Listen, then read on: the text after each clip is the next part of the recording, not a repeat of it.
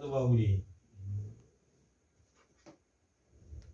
드디어 예수를 알고 깨닫고 예수의 제자가 돼서 복음 사역을 시작하게 된 동기에 대해서 기록하고 있는 말씀입니다.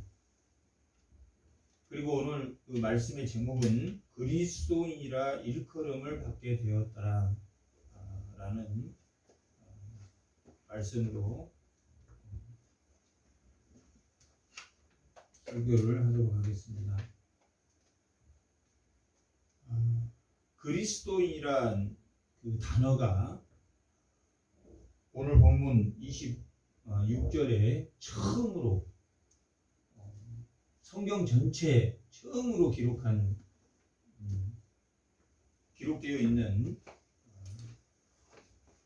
말씀이 오늘 본문의 말씀입니다. 비로소 사도행전 11장에 와서야 비로소 사복음서 때도 제자들을 예수님이 데리고 다녔고 여러 제자들을 전파해서 또 제자들이 복음을 전하고 이런 모든 과정이 있었지만 오늘 비로소 그리스도인이라 일컬음을 받았다라는 기록은 최초의 기록입니다. 어떻게 먼저 말하면 어떻게 그리스도인이라는 용어가 생겨났냐 하면은 유대인들이 봤을 때는 그리스도인이라는 것은 그리스도라는 것은 메시아 기름 부은 자를 의미하기 때문에 유대인들이 그리스도인이라고 불렀을 기름 부은 자들의 추종자들이라고 유대인들이 불렀을 일은 없을 것이다 라고 추정을 합니다. 다만 유대인이 그리스도인이라고 부른 이유는 예수를 믿지 않는 유대인이라고 단정하지 않고 예수를 믿지 않는 자들이 자기들과 구별하기 위해서 쟤들은 우리하고 달라 조롱의 의미로 쟤들은 우리하고 달라 저 예수쟁이들이야 예수를 추종하는 자들이야 라는 의미로 그리스도인이라고 불렀습니다. 그러면 조롱하는 의미로 그리스도인이라고 불렀다면 그리스도인으로 불려진 그들은 예수님이 제자가 된 그들은 기분이 좋았을 것 같습니까? 나빴을 것 같습니까? 기분이 좋았습니다. 그리스도인이라 너희는 나와 달라. 세상 사람들이 예를 들면 성도라고 조롱하면 너 성도야 라고 하면 너하고 나하고 다르구나 하는 것을 인정해 주는 거니까 예를 들면 너는 성도인데 나하고 똑같아 라고 하는 것이 조롱하는 것이지 너 성도야 너 교회 다니던 너는 틀렸어 너는 나하고 달라 너는 말하는 거나 모든 것이 나하고 다르다 라고 말해주면 저 사람 눈에 내가 뭘로 보인다 자기하고 다르게 보인다 믿지 않는 자와 다르게 보인다. 이 그리스도인이라는 명칭은 너와는 내가 달라 라고 세상 사람이 예수를 믿지 않는 사람이 너는 나하고 달라 라고 말했지만 그리스도인 자체로는 그러지 나는 너하고 똑같다 라는 말을 들으면 걱정이었는데 너나 나나 똑같다 믿는 자에게 제일 큰 욕이 너나 나나 똑같다. 너나 나나 넌 믿으나 안 믿으나 너는 나하고 생각이나 모든 것이 달라. 이렇게 말해주는 것이 맞는 거지. 너는 나하고 행동이나 하는 것이 똑같아 라고 부르는 것은 오히려 스스로는 조롱의 의미가 있는 자기를 조롱받는 의미로 들어야 된다라고 생각했기 때문에 이 그리스도인들, 그들이 말하는 조롱하는 의미로 너는 예수쟁이들이야, 너는 예수를 추종하는 자야, 그리스도인이라는 이 말 뜻은 그리스도 아노스라는 헬라어인데, 아노스라는 말이 추종하는 자, 이노스라는 뜻이 추종하는 자라는 뜻을 가지고 있는데, 그리스도를 추종하는 자라는 뜻으로 이 그리스도인이라는 조롱하는 의미로 했지만, 오히려 그리스도인들은 당신과 나를 드디어 인정해주구나. 그들은 조롱의 의미로 했지만 드디어 이들이 예수 믿는 자와 예수 믿지 않는 자가 다르다는 것을 인정해주는 말로 받아들였기 때문에 이 그리스도인은 조롱의 의미로 받아들였지만 결국은 무슨 의미로 그것이 소화되었습니까? 존귀의 의미로. 예수님이 이 땅에 오실 때 사람의 몸, 종의 형체로 오셔서 아주 비하한, 사람으로서 가장 비하된 몸으로 오셨지만 결국 존귀한 자로 돌아가신 것처럼 그들이 존귀하지 않는, 비하하기, 조롱하기 위해서 그리스도인이라고 붙였지만 그것은 나중에 그리스도인이 존귀한 자로, 구별된 자로, 오히려 그들이 자기하고 구별하기 위해서 그리스도인이라고 붙였지만 그리스도인으로서는 자기를 세상 사람들과 다르게 봐준 그것 때문에 오히려 존귀한 자가 된 그런 용어이기도 합니다. 아멘. 성령을 회방하는 죄는 사함을 받습니까? 사함을 받지 못합니까? 성령을 회방하는 죄는 사함을 받지 못합니다. 사람을 죽인 죄는 사함을 받습니까? 못 받습니까? 음행한 죄는 사함을 받습니까? 못 받습니까? 사함을 받습니다. 모든 죄는 사함을 받지만 성령을 해방하는 죄는 사함을 받지 못합니다. 성령을 해방하는 죄라는 것은 한마디로 줄여서 말하면, 쉽게 이야기하면 어떤 것이 성령을 해방하는 죄입니까? 믿지 않는 죄. 믿지 않는 죄. 하나님은 수동적으로 우리에게 은혜를 주시려고 하고 우리가 은혜를 능동적으로 받으려고 해서 주시는 게 아니라 수동적으로 하나님이 은혜를 주셔야만 받는데, 하나님이 수동적으로 우리에게 은혜를 주시려고 하고 구원하시려고 해도 받아들이지 않는 것은 누굽니까? 우리라는. 그러니까 성령을 해방하는 죄라는 것은 무슨 말입니까? 다시 말하면 믿지 않는 자. 믿지 않는 자는 아무리 이 땅에 훌륭하게 살아도 구원을 받습니까? 못 받습니까? 그것이 성령을 해방하는. 하나님이 성령을 주시려고 수없이 수동적으로 암탉이 병아리를 품어서 부활을 하려고 수없이 해도 그들이 뿌리친 것처럼 성령을 해방하는 죄다라는 것은 믿지 않는 죄입니다. 우리가 진심으로 예수를 믿는 것, 예수님의 은혜를 받아들여서 예수를 믿는 것과 예수를 받아들이지 않으면서 잘 먹고 잘 살기 위해서, 자기 명예를 위해서, 자기 건강을 위해서 믿는 자들도 있기 때문에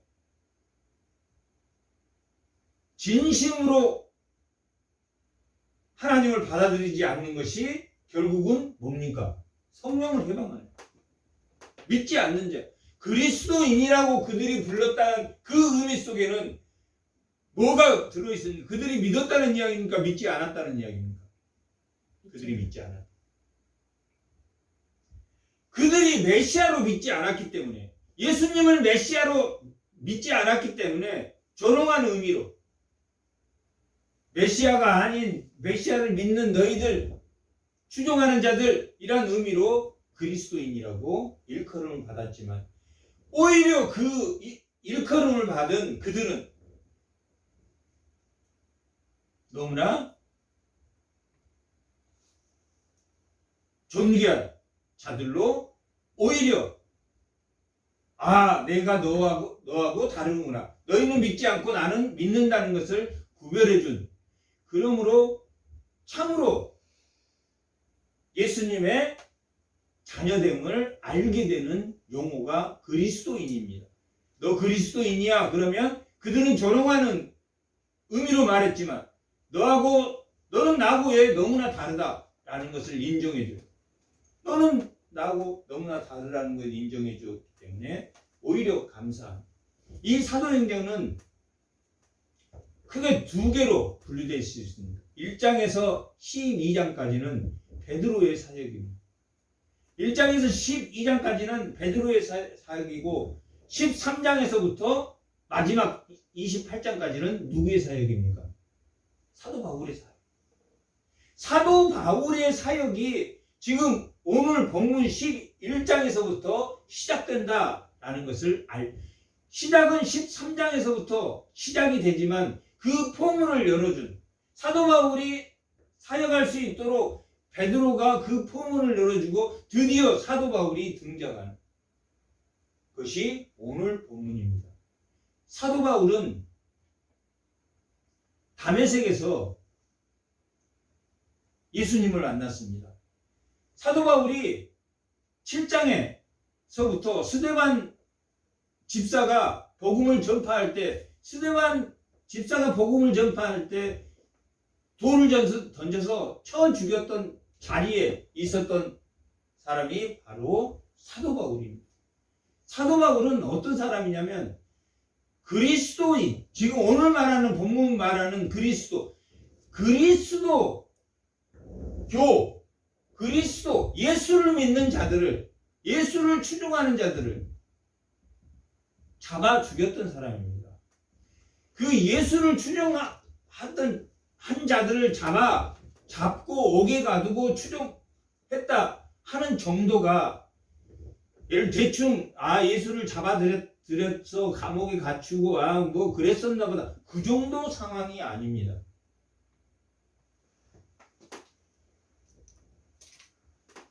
핍박이 굉장히 심했기 때문에 이들이 다 흩어져 버렸습니다. 예루살렘을 중심으로 교회가 커졌습니다. 4장까지는 이 사도행전 4장까지는 예루살렘을 중심으로 3,000명이 믿게 되고 또 5,000명이 믿게 되고 결국 예루살렘 교회가 10,000명 이상이 모이는 교회로 크게 성장했습니다. 그러므로 이 유대교에서 예수를 믿는 사람을 옥에 가두고 돌로 쳐 죽이고 가진 박해를 했기 때문에 이들이 흩어질 수밖에 없었습니다. 그들이 흩어진 계기가 흩어짐으로부터 시작된, 스데반이 흩어지면서 스데반이 예루살렘을 벗어서 유대로 흩어지면서 사마리아 쪽으로 흩어지면서 박해를 받기 시작했는데, 그때 7 집사인 스데반과 빌립이 흩어지면서, 나오기는 빌립과 스데반만 나왔지만 바베나나 나가노르나 디몬이나 이 7 집사들이 지금 기록은 스데반과 빌립만 두 사람만 이 성경에는 7장과 9장에 기록되어 있지만 그 흩어진 집사들을 중심으로 해서 많은 사람들이, 예루살렘은 누구만 남았습니까? 예루살렘은 12사도만 예루살렘에 남고, 모든 사람이 그때 12사도들은 왜 잡아들이지 않았는가 하는 것은 12사도들까지 잡아들이면 자기들의 명분이 없었기 때문에 12사도는 놔두고 나머지는 잡아들였습니다. 그렇게 잡아들였기 때문에 그들이 흩어지면서 이 집사들을 중심으로 해서 많은 사람이 복음을 전하게 되었습니다. 그 복음을 전하게 되는 게 예루살렘에 예루살렘에서 사장까지 많은 사람이 모여들었고 또 그 예루살렘 교회도 문제가 있었던 아나니아와 삽비라 같은 그런 사람이 나와서 자기를 돋보이게 그 아나니아와 삽비라가 제가 볼 때는 그렇게 나쁜 사람이 아닙니다. 왜냐하면 이 사람은 뭐한 사람이냐면 자기의 재산을 일부를 바쳤는데 뭘 바쳤다고 했습니까? 다 바쳤다고 한 사람이에요. 그러니까 하나도 안 바친 사람은 천국에 가는데 다 바쳤다고 하고 덜 바친 사람은 그러니까 덜 바쳤으면 자기가 덜 바쳤다 이렇게 말하면 될 텐데 덜 바치고 내가 헌금을 다 바쳤다 라고 했기 때문에 하나님이 쳐서 남편과 아내조차도 삽비라조차도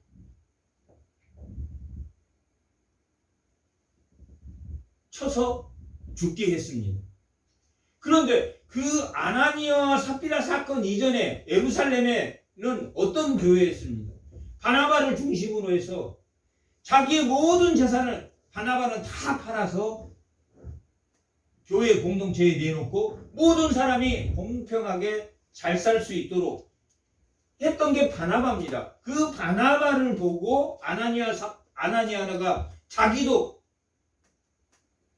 나도 다 바쳤다 라고 했다가 죽은 사건입니다. 그 사건은 거짓말한 그 사건보다도 어떤 게 더 중요하냐면 예루살렘 교회가 초대교회가 굉장히 모든 것을 유무상통 모든 것을 공평하게 나눠 쓰는 그런 공동체였다는 것을 보여주는 반면 또 하나는 예루살렘 교회에 문제점이 있었다 없었다? 문제점이 있었다. 그렇게 자기를 속이는 사람도 있었다. 자기의 명예라든지 자기를 돋보이게 자기가 왕처럼 보이게 자기가 마치 자기 명예를 드러내기 위해서 교회에 다니는 사람이 있었다 없었다? 있었다.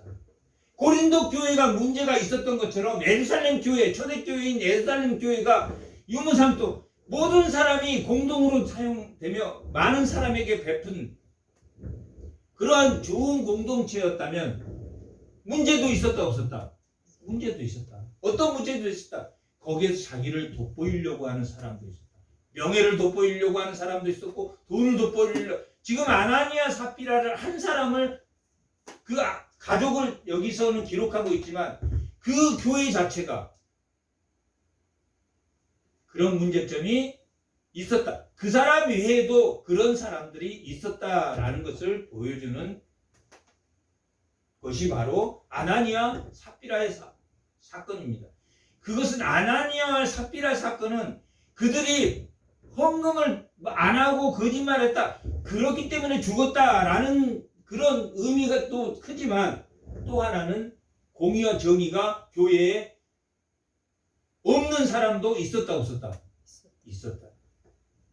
원래 이 그리스도 예수 안에서 뭉쳐지는 그 공동체는 가장 중요한 게 뭡니까? 공의와 정의입니다. 당시에 이 유대 사회는 공의와 정의가 완전히 없어진 사회입니다. 가난한 자는 부죽일수록 가난하고 잘 먹고 잘 사는 사람은 남의 땅을 다 뺏어서 포도원을 가꾸면서 자기들이 품삯도 주지 않으려고 했던 몇몇 노동자들을 두고 품삯조차도 그냥 일찍 데려다가 일찍 늦게까지 부려먹는 그런 사회였기 때문에 이 예루살렘 공동체도 초대교회도 아주 훌륭한 유무상통의 공동체였지만 또한 어떤 공동체이기 되었다. 자기를 드러내는 아나니아 삽비라 사건은 그러한 내용을 말해줍니다. 오늘 말씀의 제목이 뭡니까? 그리스도인이라 일컬음을 받지 못하는 사람이 예루살렘 교회에 있었다 없었다? 있었다. 두 가지 사건이 나옵니다. 아나니아의 삽비라의 사건도 있었고 그 다음에 무슨 사건이냐면 구제하는데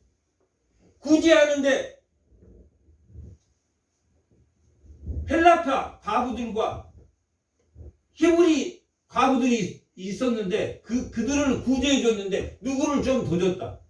히브리 사람 과부들을 더 줬다. 공의와 정의가 있습니까? 없습니까? 공의가 예루살렘 교회의 내용이 6장까지의 내용입니다.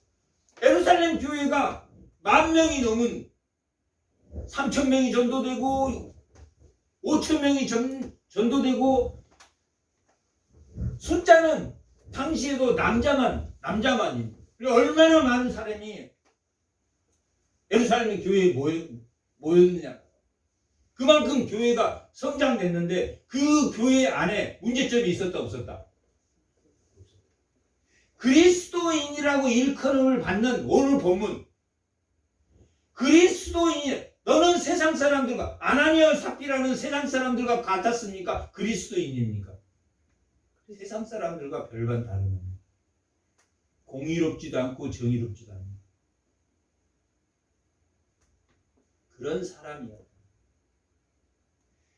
헬라파 가부들이 구제받는데 여기는 쌀을 한 대씩 줬다면 쌀을 이쪽은 이렇게 퍼서 주고 이쪽은 싹 깎아서 주고 그랬다. 공의와 정의가 없어. 그것을 보고 지적했어. 이게 뭐냐? 왜 헬라파 과부들은 적게 주고 구제를 절해 주고 히브리 과부들은 어떻게 더 주느냐? 주고도 요거도 똑같이 공의와 정의, 예수 그리스도의 공동체는 이미 유대교 공동체는 뭘 잃어버렸습니까? 공의와 정의를 잃어버리고 남유다가 멸망하고 북이스라엘이 멸망하고 남유다가 멸망한 건 공의와 정의가 잃어버렸습니다. 공의와 정의가 잃어버렸다는 것은 뭐가 떠났다는 이야기입니까? 하나님의 영광이 떠났다는, 하나님의 영광이 떠나버렸다. 그런데 예수님이 온 공동체는 하나님의 영광이 있어야 됩니까? 하나님의 영광이 없어야 됩니까? 공의와 정의가 사라져야 되는데 그 예루살렘 교회에도 공의와 정의가 없는, 가나안 땅을 정복하고 아간이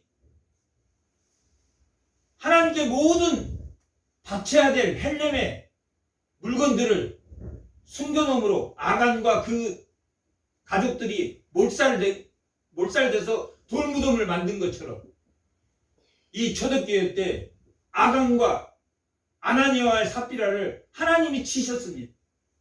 너는 하나님이 치셨다는 것은 믿는 자 그리스도인입니까? 아니면 세상 사람입니까? 세상 사람과 같으니 예수를 믿으면서 세상 사람과 같다라는, 세상 사람은 뭔 노릇 하려고 합니까? 세상 사람의 첫 번째는 뭡니까? 제국 왕 노릇하는 거. 누가 그랬습니까? 라멕이 그랬습니다. 라멕이. 가인이 에녹성을 쌓고 그 7대 손인 라멕이 자기에게 상처 준 사람은 모두 다 죽였어. 자기 아내 둘을 데려다 놓고 나한테 상처 준 사람을 내가 다 죽이겠다. 힘의 경쟁에서 다 죽이는 게 왕노릇하기 위해서. 예수님이 왕노릇하러 왔습니까? 섬기러 왔다고 그랬습니까? 제자들에게. 그런데 제자들은 예수님이 예루살렘에 입성하면 한다는 소리만 하면 누가 크냐? 경쟁해. 왕이 될 것. 예수가 왕이 될 것. 직분을 받으면 받을수록 어떤 모습이 되어야 됩니까? 왕이 되어 갑니까? 성도가 초신자로 오면 처음에는 뭡니까? 왕의 모습이에요. 왕의 모습. 세상 사람의 모습이에요. 제국을 누리는 세상, 그 왕의 모습에서 점점 자라나서 종의 모습으로 변해요. 예수님이 종의 모습으로 와서 존귀한 자가 된 것처럼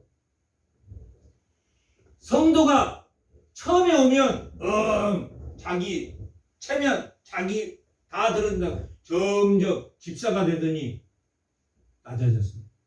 예수님처럼 낮아졌어. 아, 예수님처럼 섬기러 오셨구나. 그렇게 점점 장로가 되더니 목사가 되더니 점점 더 예수 그리스도인이라는 것은 점점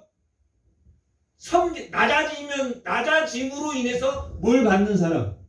존귀함을 받는 거예요.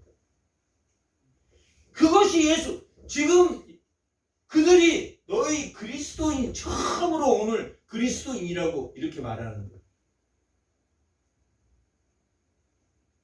아나니아와 삽비라는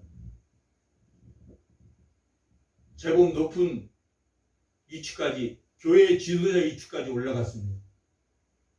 그런데 뭐가 되려고 했습니까? 왕이 되려고. 점점 높아지면 더 낮아져서 예수님이 제자의 발을 당시에 발 씻어준 종은 따로 있습니다. 따로. 당시에 발을 씻어준 종은 이방인 종들이에요. 이방인 종. 자기 유대인들도 당시는 종들을 많이 그렇게 썼는데 이방인 종 중에서 제일 낮은 자들이 화장실 청소하고 이런 사람들이 발을 씻어줍니다. 근데 예수님이 뭐 했습니까? 마지막 죽기 전에 발 씻어줘. 제자가 되려면 발 씻어주는 사람이 돼요. 그 제자가 되기 바로 전에 예수님 공동체 안에 들어오려면 뭐가 돼야 됩니까? 자기가 죄인인 걸 알아야 돼요. 자기가 죄인인 걸.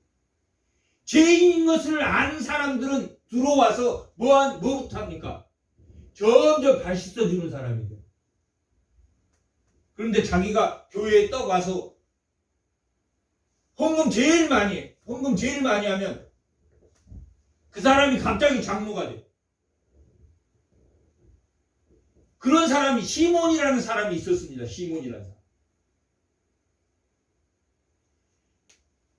시몬이라는 사람이 8장에 가면 시몬이라는 사람이 빌립이 많은 중풍병자를 고치고 안진뱅이를 일으키고 많은 병자들을 빌립 집사가 여기는 집사라고 말하지만 당시 사도는 아니었지만 사도에 가까운 집사라고 되어 있지만 지도자들입니다. 7 집사는. 이 7 집사들은 언제 뽑힌 사람들이냐면 그 헬라파, 히브리파 구제 때 야, 하나님의 공의와 정의에 바르지 않아 라고 말했던 사람들. 그렇게 하면 이 공동체가 하나님의 공의와 이 세상 공동체하고 똑같이 나눠야 돼. 가난한 사람은 더 줘야 돼. 그렇게 말했던 사람이에요. 그래서 대부분 7 집사들의 이름을 보면 다 헬라. 히브리 사람에서 뽑은 게 아니라 그 말을 지적했던 사람들. 오늘날 세상은 야, 너 이런 거 지적하면 뭐합니까? 그 사람 잘라버립니까? 아니면 그대로 둡니까? 잘라버려. 근데 교회는 다르다네. 교회는 하나님의 은사, 공의와 정의를 바로 보는 사람이네. 그 사람이 은사가 있어. 돈에 관심이 있어. 그러면 그 사람은 돈을 관리를 잘하겠구나. 돈의 은사가 있어. 청소를 잘해. 저 사람은 여기 먼지 떨어졌다고 말만 하면서 청소는 안 하면 아나니아 삽비라 같은 사람이 있어. 그러면 그 사람 청소 부장을 시켜. 교회는 자기가 잘한, 세상은 지적한 사람들을 잘라버리지만 이 교회 공동체는 그런 사람이 필요해요. 그 7 집사들이. 그런데 그 7 집사 중에 빌립이라는 사람이 있는데 빌립은 사마리아에 가서 복음을 전했는데 시몬이라는 사람이 마지막 절 8장 24절, 23절, 22절부터 8장 22절 한번 읽어보겠습니다. 24절까지. 그러므로 너의 그 악함을 회개하고 제자가 되려면 뭘 먼저 해야 됩니까? 죄를 해결을 해야. 죄를. 자기가 죄인인 것. 제가 돈 가지고 장난하지 않겠습니다. 이렇게 해결을 해야 되는데 돈 가지고 장난합니까? 베드로가 그러므로 너는 이 악함을 회개하고 주께 기도하라. 혹 마음에 품은 것을 사하여 주시라. 사함 받습니까? 사함 못 받습니까? 사함 받을 수 있어요. 사람 죽여도 사람 받습니다. 음행해도 사람 받습니다. 죄사함을 받습니다. 그러나 예수를 안 믿으면서 믿은 척하는 것은 사함 받습니까? 못 받습니까? 그건 못 받아. 예수님이 볼 때는 유대인들이 하나님을 믿는다고 하는데 누구를 안 믿어요? 자기를 안 믿어. 하나님을 믿는데 자기를 안 믿어. 성령 해방죄입니까? 성령 해방죄가 아닙니까? 성령 해방죄. 아무리 하나님을 믿어도 누구로 말미암지 않고는 하나님에게 갈 수 없습니까? 길이요 진리요 생명이신 예수 그리스도를 말미암지 않고는 하나님에게 갈 자가 아무도 없다는. 예수를 안 믿는 것이 성령을 해방하는 죄입니다. 이 세상의 모든 죄를 다 회개받아도 회개를 해야 돼. 회개를 해야지 일단 예수 믿는 그리스도인이 되는 거예요. 회개를 해야지. 회개를 하면 중생과 믿음, 회개가 동시에 일어납니다. 중생과 회개가 예수님 그러면 하나님이 은혜를 제공해 줍니까? 안 해줍니까? 은혜와 진리를 제공해 줍니까? 안 해줍니까? 제공해 줘. 은혜와 그러면 가스가 들어와서 불을 붙이면 계속 불이 살아나요. 은혜가 끊어지면 불이 살아있습니까? 죽어있습니까? 죽어있고 강팍해. 예수를 믿어도 강팍해지. 하나님의 은혜, 하나님이 주신 은혜를 못 받으면 강팍해져. 자기 사고방식이 딱 맞고, 자기 사고방식이 딱 맞고 있어. 난중에 가면 땅을 치고 후회를 해도 그때는 몰라. 그때는 딱 맞고 있기 때문에.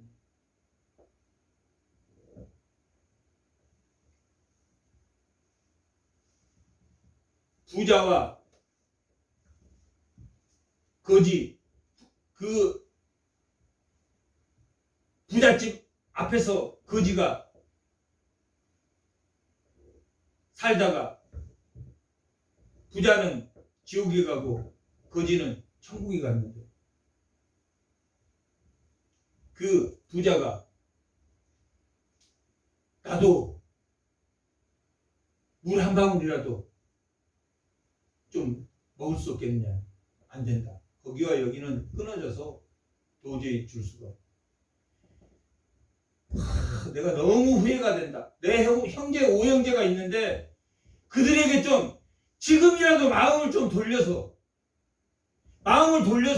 지금이라도 그들이 좀 믿게 천사를 좀 보내서 그렇게 할 수 없는.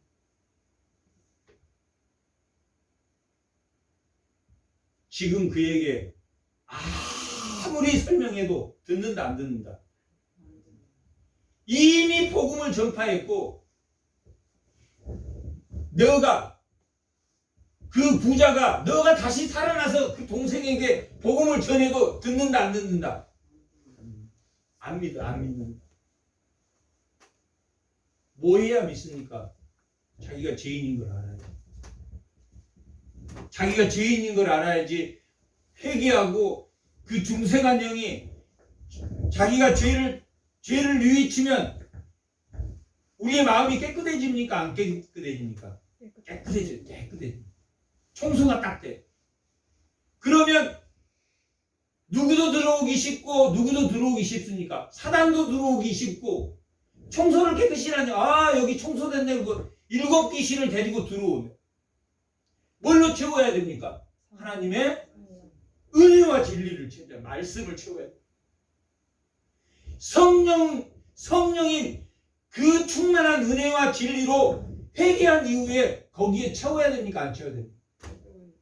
채워야 됩니까? 내가 채워야 돼. 내가 채워주시옵소서 하면 들어옵니까? 아니면 하나님이 자동으로 줍니까? 자동으로 줘. 자기가 거부하지 않으면. 그런데 거부해. 자기가 왕노릇 하려고 하면 거부해. 자기하고는 안 맞거든.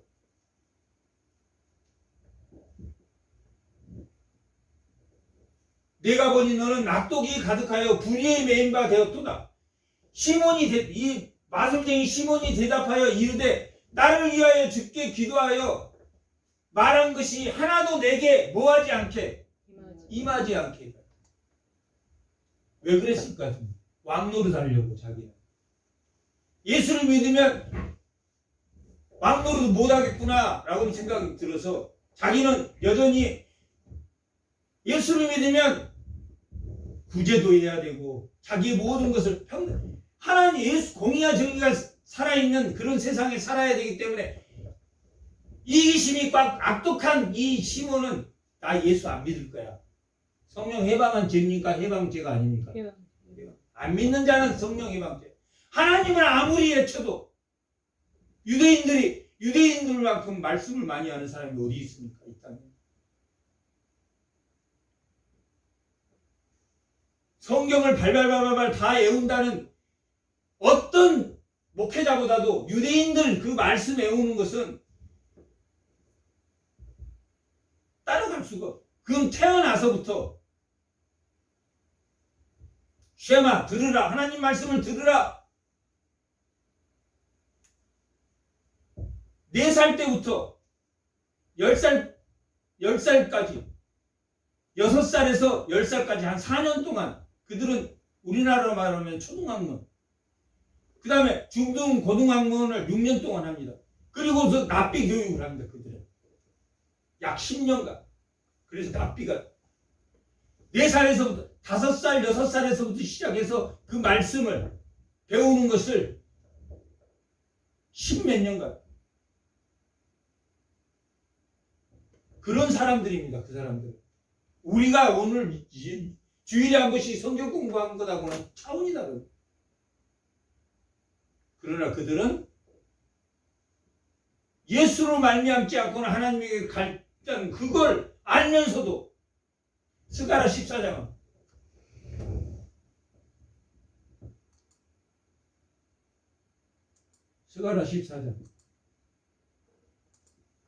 스가랴 14장은 예수가 이 땅에 올 것이다. 여호와의 날을 선포하는 게 14장 마지막입니다. 3절부터 한번.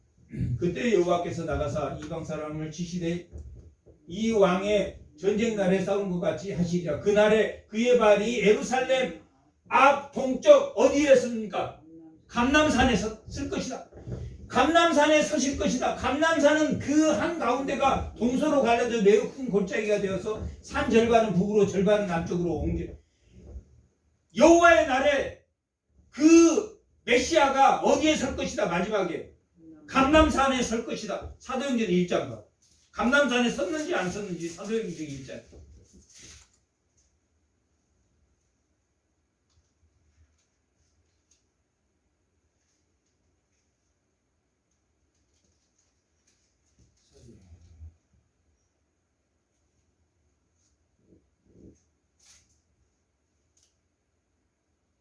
(12절) 다 같이 한번. 제자들이 감람온이라고 하는 산으로부터 감람산입니다. 감람산으로부터 예루살렘에 돌아오니 이 산은 예루살렘에서 가까워 안식일에 가기에 알맞는 길이다.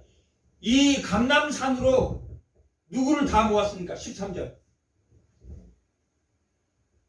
알맞는 길, 들어가 유하는 다락방에 올라가. 내려보세요. 11절. 이르되 갈릴리 사람들아 어찌하여 서서 하늘을 쳐다보느냐. 너희 가운데 하늘로 올라가신 이 예수는 하늘로 가시는 본 그대로 오시리라. 이 감람산에서 예수님이 승천하신 모습을 보여. 이게 어디에 기록되어 있는 말입니까? 스가랴서에 예수님이 감람산에서 서서 올라갈 것이다. 제자들이 구약을 압니까? 모릅니까? 구약을 알아. 알아서 뭐라고 부르냐면 이때가 지금 구약 때 말한 그때입니까? 그러니까 때와 시기는 물으나 묻지 마라 했습니까? 때와 시기는 너희가 알 바가 아니다. 감람산에 예수님이 서서 승천하는 날. 예수님이 며칠 만에 죽었습니까? 사흘 만에 죽으셨어요. 사흘 만에 죽으시고 승천은 며칠 만에 승천하셨어요? 40일 만에 승천하셨어요. 그러면 부활하시고 40일 동안 승천했으면 승천할 때가 43일째라. 43일째 맞죠? 죽으시고 부활하시고 부활하고 나서 40일 동안 다니셨으니까 43일이죠? 성령은 언제 보내신다고? 오순절날 오셨어요. 그런데 오순절날 성령이 오셨는데 며칠 동안 다락방에 모여서 그럼 기도했겠습니까? 승천한 이후에 12장에서 승천했고 13장에 다락방에 모여서 성령을 보내주시겠다. 그 권능을 받고 너희는 나의 증거자가 되라 라고 제자들에게 말해서 제자들이 마라의 다락방에 모여서 120명이 성령이 보내주실 것을 기다리면서 기도를 며칠 동안 했습니까? 일주일에 7일 동안.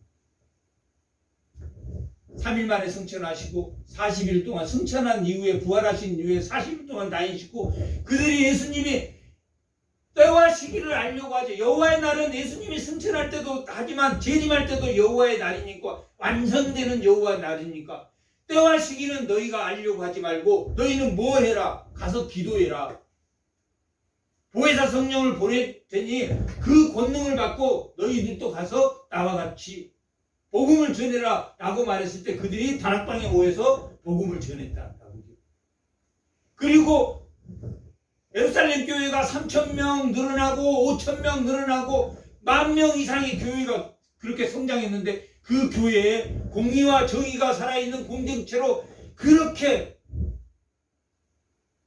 모든 사람 천국은 품꾼을 9시에 12시에 3시에 5시에에도 동일하게 1데나리온 준 그 포도원과 같은 그런 주인이라고 한 것처럼 그런 공동체가 만들어졌는데 그 공동체 안에도 문제가 있었다 없었다? 문제가 있었다. 시몬과 같은 마술사 시몬과 같은 사람 교회에 들어와서 자기를 드러내려고 하는 사람 교회 직분 하나님의 성령을 받은 그 능력으로 잘 먹고 잘 살려고 하는 사람 성령을 준 이유는 오직 뭐 때문에 주셨습니까? 이웃을 사랑하라. 너 잘 먹고 잘 살라고 준 게 아니라 이웃을 사랑하라고 줬고 하나님이 아무리 말을 해도 그 사람은 고치지 않기 때문에 오해를 하기 때문에 또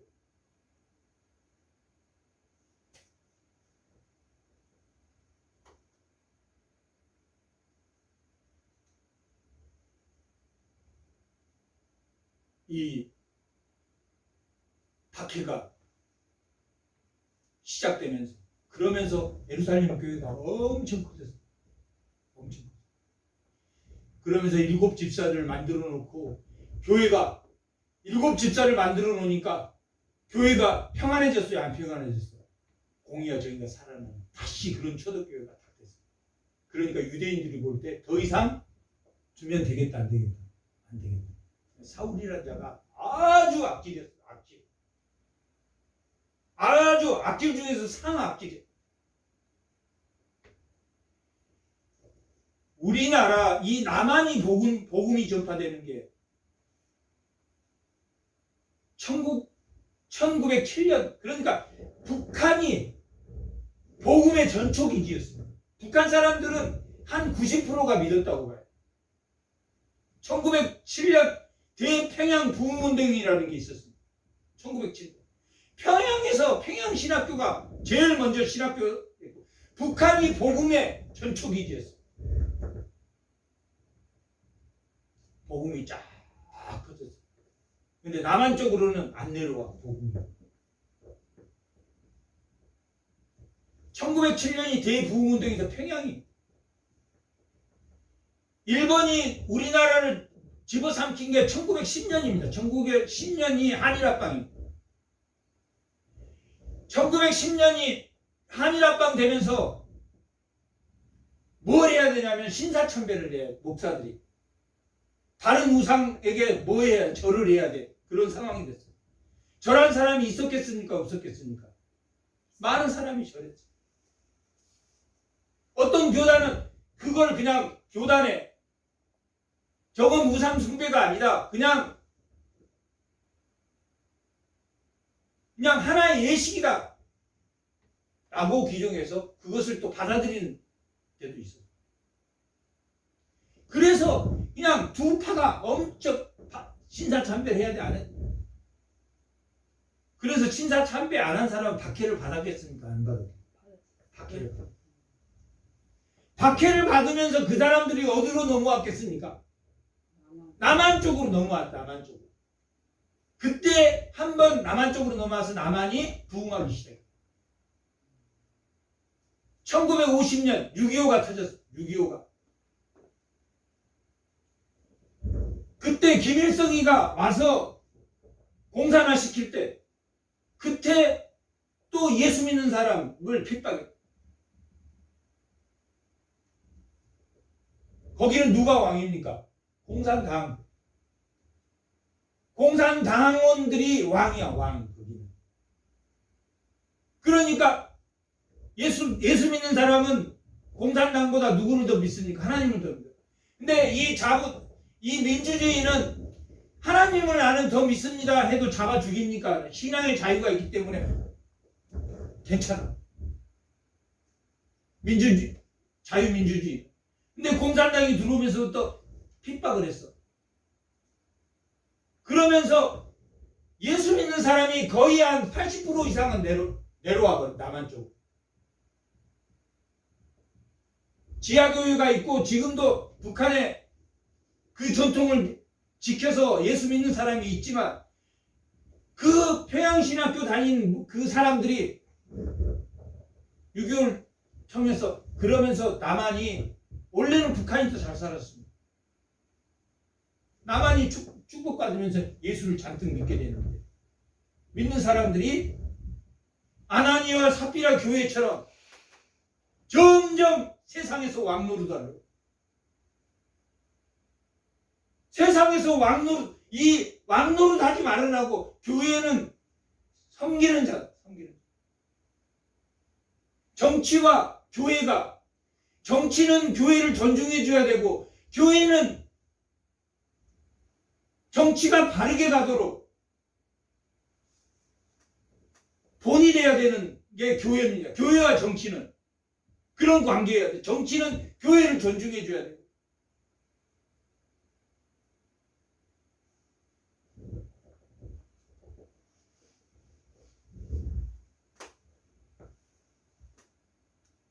그렇게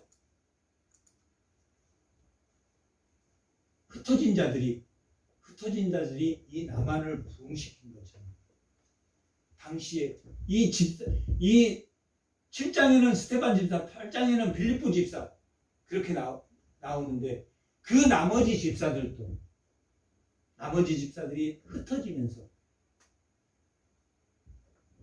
복음을 전해서 세계 만방이 복음을 받아들인, 그 중에서도 오늘 사도 바울이 거기에 쓰임받는, 사도 바울은 예수님보다 나이가 한 5살에서 10살 정도 작다고 봐야 돼. 사도 바울이 예수님과 나이가 비슷하다, 5살에서 10살 작다. 그렇게 보통 정확하진 않지만 그렇게 이야기하는데 보통 5살에서 6살 정도 작다고 봐야 됩니다. 예수님이 30세에 공생애를 시작했다면 사도 바울은 25대면 납비 교육이 끝나서 제사장이 25세 됩니다. 그리고 수습 기간이 5년입니다. 그래서 30에 완전 진짜 제사장이 되는데 지금 사도 바울이 스데반 죽이고 할 때는 25살에서 거기 왔다 갔다. 그 젊은 나이에 그렇게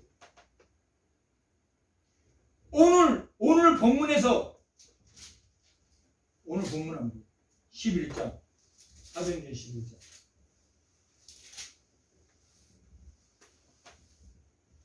25절 25절 바나바가 누구를 찾으러 다소에 갔습니까? 사울을 갔어요. 이제 그 9장에 가면 이 사도 바울이 예수님을 만나게 됩니다. 예수님이 만나게 되는데 그 광야에 그 예수님이 번쩍 하니까 봉사가 되고 눈이 멀어져 봉사가 되고 그냥 소경이 되고 소경이 갑자기 그냥 눈이 안 보였다 말이 좋게 눈이 안 보였다지 뭐가 되고 그랬습니다. 소경이 되고 그랬어요. 그런데 아나니아라는 그리스도인이 있었습니다. 그 사람에게 예수님이 나타나서 야, 너 사울이라는 자가 다메섹에 있으니까 가서 그 눈을 네가 치료해줘. 그래서 아나니아가 가서 내가 환상 중에 너 눈을 치료해 주라. 너가 다메섹 오는 중에 눈이 멀었다고 하는데 예수님이 너를 치료해 주라고 했다고. 예수님을 치료해 봉사가 됐다가 눈이 번쩍 떠졌어. 그리고 실제 예수님을 경험해. 즉시로 그가 그냥 고민하다가 변한 게 아니라 즉시로 예수를 증거하고 즉시로 이분이 살아계시는구나. 사울은 무슨 일을 하러 다녔습니까? 사울은 하나님을 믿고 죽이는 일, 사람 죽이는 일을 했어요. 모세가 하나님을 알고 나서 자기 민족을 구원하려고 제일 처음에 한 행동이 사람을 뭐 했습니까? 죽이는 행동을 했다. 죽이는.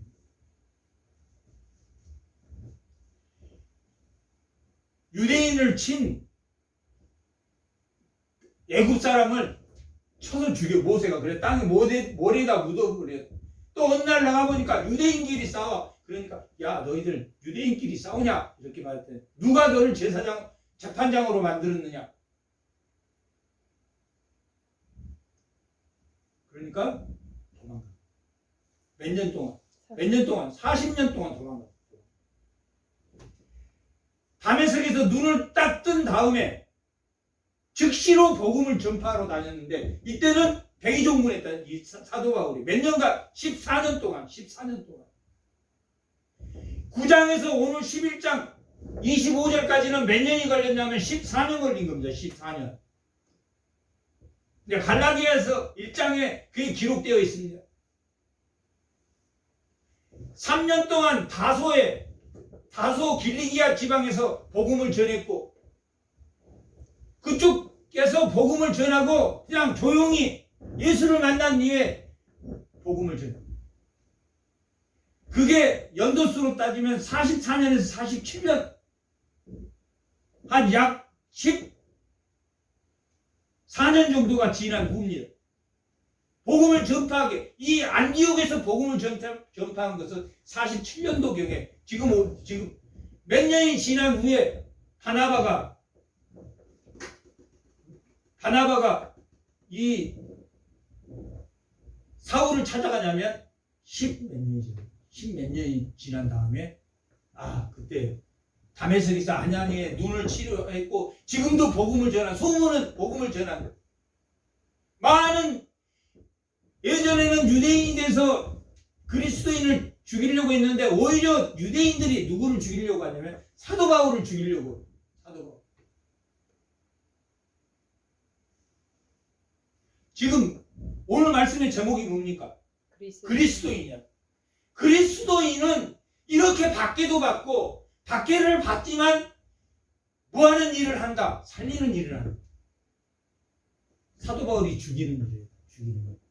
죽이는 일을 했는데 하나님 예수님이 다메섹에서 만나서 살리는 일. 자기를 믿는 사람도 살아나겠다, 살아나지 않겠다. 살아나겠다. 우리가 왜 복음을 전합니까? 자기가 옛날에 정말 죽은 자와 같은 정신세계에 살다가 강팍하고 정말 어디에도 죄를 씻을 수도 없는 사람이 예수를 만나고 살아났다면 살아났어. 그랬기 때문에 너도 믿어야 살아난다 라고 말한 것처럼 사도 바울이 다메섹에서 예수님 만나 죽었다가 살아났다가 봉사가 됐다가 소경이 됐다가 자기는 죽이러 다녔더니 자기를 살리는 일을 몇 년간 14년간을 무명으로 제일 처음에는 딱 자기가 아나니아 그 눈이 딱 떠진 낫게 해준 이후에 어디로 갔냐면 예루살렘에 가서 사도들하고 좀 친해봐야 돼. 지금으로 말하면 이제 성도가 딱 됐는데 목사들하고 좀 친해봐야 되겠다 해서 예루살렘 상대해 줍니까 안 해줍니까? 사도들이 상도 안 해줘. 그때 바나바가 이 사람 신실한 사람입니다 라고 소개해서 사도들하고 교제를 다 만나준 게 아니라 야고보만 만났어요. 그 사도를 만나러 갔다가 바나바 때문에 야고보를 알게 돼요. 그리고 나서 무명으로 14년간을 하고 지금 오늘 예수를 믿으려면 어떻게 돼야 되는지 시간이 걸린다 안 걸린다? 박해를 받고 고난을 받고 경험을 하고 예수를 믿는데 왜 이따위야 하고 낮아져졌다 높아져졌다 수없이 경험을 한 다음에 이제 예수를 위해서 내가 죽을 준비가 됐다. 그 나선 게 이 오늘 본문입니다. 오늘 본문. 바나바가 사울을 찾아 다소에 가서 만남에 안디옥으로 데리고 갔다. 이 안디옥 수리아 안디옥이 있고 비시디아 안디옥이 있고 이 안디오쿠스라는 왕 1세가 있었는데 그 왕이 자기를 기념해 셀쿠스 왕조의 그 안디오쿠스 1세가 안디옥이라는 도시를 몇 개를 만들었냐면 16개를 만들어요. 16개. 그 중에 수리아에 있는 안디옥에 당시에 제일 큰 도시야가 이 수리아의 안디옥, 알렉산드라, 로마 이렇게 세계 3대 도시였어. 3대 도시. 약 50만 명이 살았다 그러니까 지금으로 말해도 뭐 얼마나 사람들이 많습니까? 50만 명이면. 그렇게 살았다. 거기에서 그냥 14년 동안 처음에 예루살렘 교회 사도들 교제하려고 갔다가 바나바 소개로 겨우 하고 복음을 전해. 그러고 있다가 바나바가 안디옥에 가자. 안디옥에 지금 흩어진 그리스도인이 많다. 11장 19절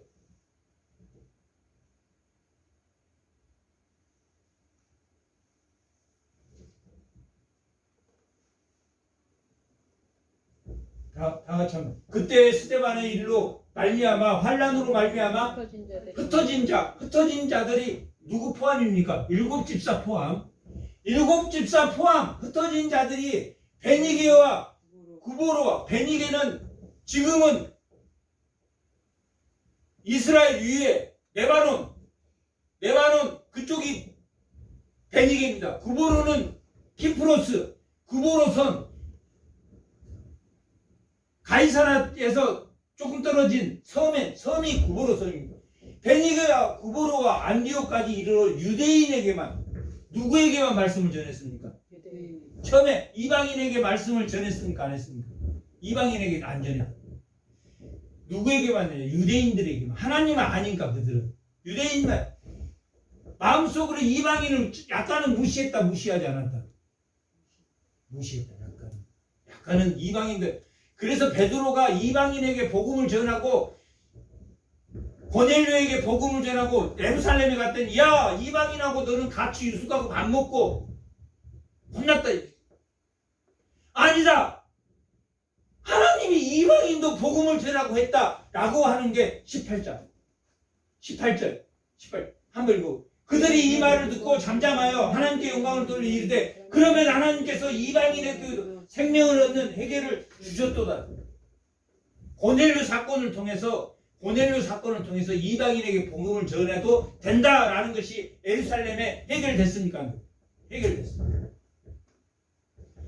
이방인 사도로 하나님이 누구를 선택했습니까? 사도 바울을 선택했는데, 사도 바울을 선택할 때 사도 바울이 이방을 향해서 나갈 수 있도록 그 밑에 그 비단을 깔아준 사람이 누굽니까? 베드로가 고넬료를 복음을 전하면서 그 가족 모두를 가르치고 요한에게 세례를 주기 위해서 세례를 줌으로 인해서 그 가정이, 이방인 가정이 믿었는데 예루살렘에 갔더니 지금 이 18절 위에는 베드로에게 항의하는데요. 왜 이방인들하고 같이 밥 먹고? 아니다. 하나님이 하셨다. 3번씩이나 하나님이 저 부정한 것에 가까이 가지 않겠습니다 라고 말했는데 하나님이 3번이나 말했다. 그리고 하나님 이방인에게도 회개를 주시고 이방인에게도 성령을 주셨다, 안 주셨다? 고넬료의 세례를 주니까, 고넬료의 세례 줄 때 예루살렘에서 향한 그런 건 아니었지만 성령이 임한 것을 봤다, 안 봤다? 봤다. 베드로가 이방에 복음을 전파하도록 했습니까, 안 했습니까? 어떤 사람이 그리스도인이냐? 오늘 본문이 그리스도인이라 일컬음을 받는다. 세상 사람은 그리스도인이라고 우습게 본 것이 오히려 그리스도인에게는 존귀하게 여겨집니다. 나를 세상 사람처럼 안 보는구나 하는 걸 감사하게 생각합니다.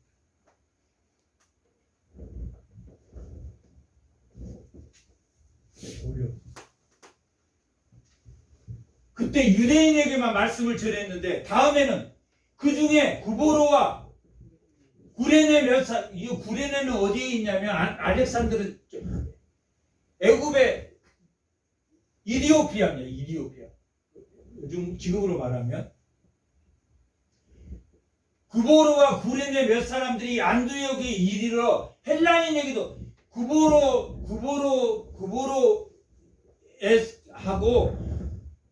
구레네에 있는 예수 믿는 사람들이 어디에 도착했습니까? 안디옥에 와서 이들이 누구에게 복음을 전했습니까? 이방인에게도 복음을. 유대에서 그 제자들은 누구에게? 유대인들에게 말씀을 전했는데 구보로와 구레네에 있는 사람들이 안디옥에 이르러서는 헬라인에게도, 이방인에게도 복음을 전하다. 결국은 이방인과 유대인들에게 복음을 다 전했다. 어디에서? 안디옥에서. 13장부터 전도여행이 1차 전도여행, 2차 전도여행, 3차 전도여행이 이렇게 시작되는데 안디옥에서 어떻게 모였는지 그리고 모였는데 가만히 앉아있다가 모였는지 아니면 복음을 전파하다가 14년이라는 세월을 보내고 바나바도 복음 초대교회를 위해서 열심히 살다가 안디옥에 가서 바나바는 안디옥에 파송받아서 가고 파송받자 사도 바울을 데리고 안디옥에 갔다.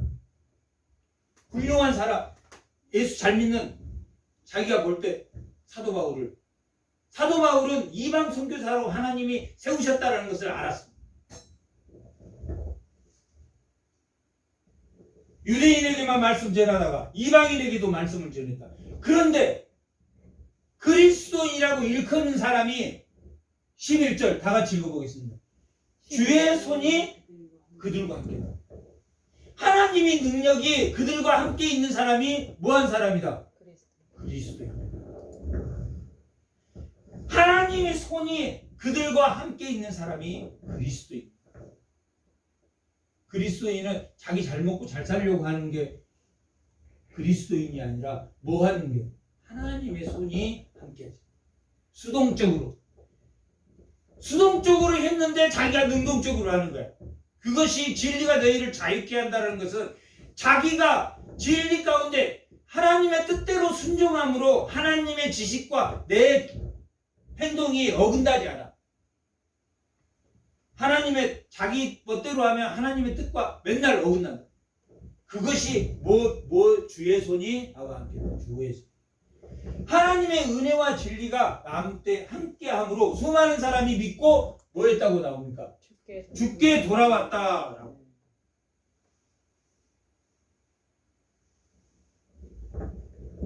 예루살렘 교회가 이 사람들의 소문을 듣고 바나바를 안디옥까지 보내니 안디옥에 사람들이 많다고 하니까 소문을 듣고 바나바를 안디옥으로 보내니 그가 이르러 하나님의 은혜를 보고 기뻐하며 모든 사람에게 굳건한 믿음으로 주와 함께 머물러 있으라 보냈다.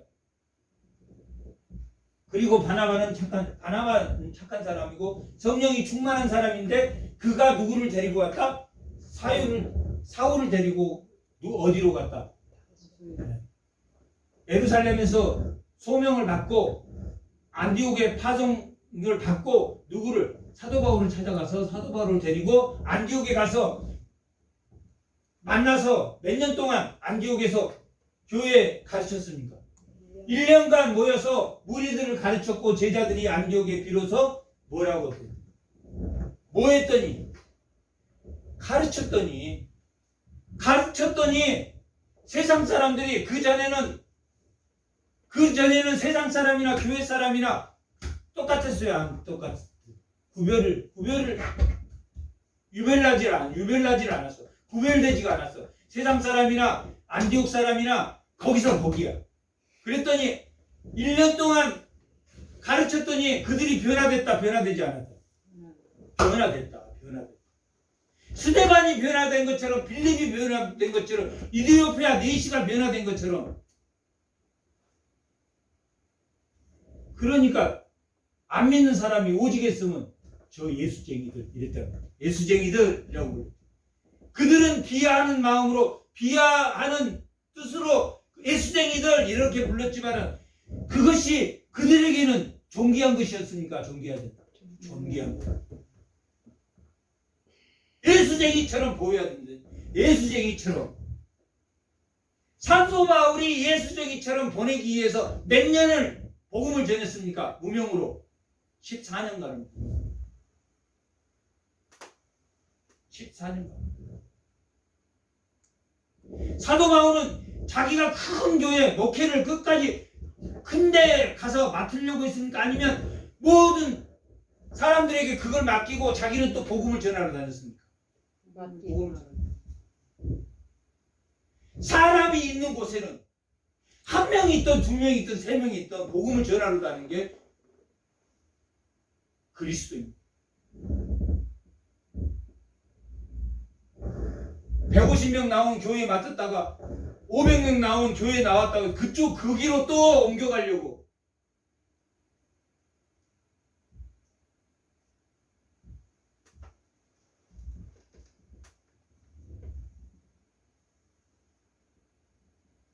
복음을 받지 못한 사람들에게 복음을 전하는,